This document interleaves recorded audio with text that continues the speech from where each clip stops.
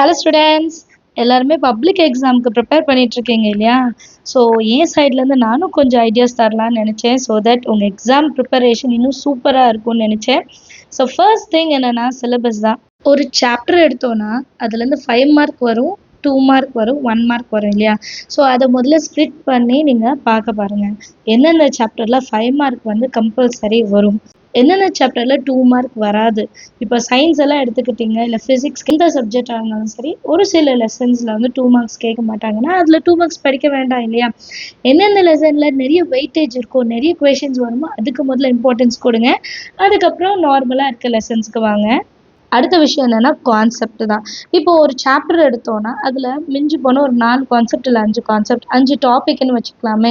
So அதை வந்து நீங்கள் மாஸ்டர் பண்ணணும். என்ன சொல்ல வராங்க, எப்படி அதை சொல்லியிருக்காங்க, அதுலேருந்து என்ன விஷயம் நம்ம எடுத்துக்கிறோம், இது எல்லாமே நீங்கள் அண்டர்ஸ்டாண்ட் பண்ணி படிக்கும் போது கஷ்டமாக இருக்க லெசன்ஸ் கூட ஈஸியாக தெரிய வரும். ஸோ இதெல்லாம் ஃபாலோ பண்ணி பாருங்கள், கண்டிப்பாக உங்களுக்கு யூஸ்ஃபுல்லாக இருக்கும்.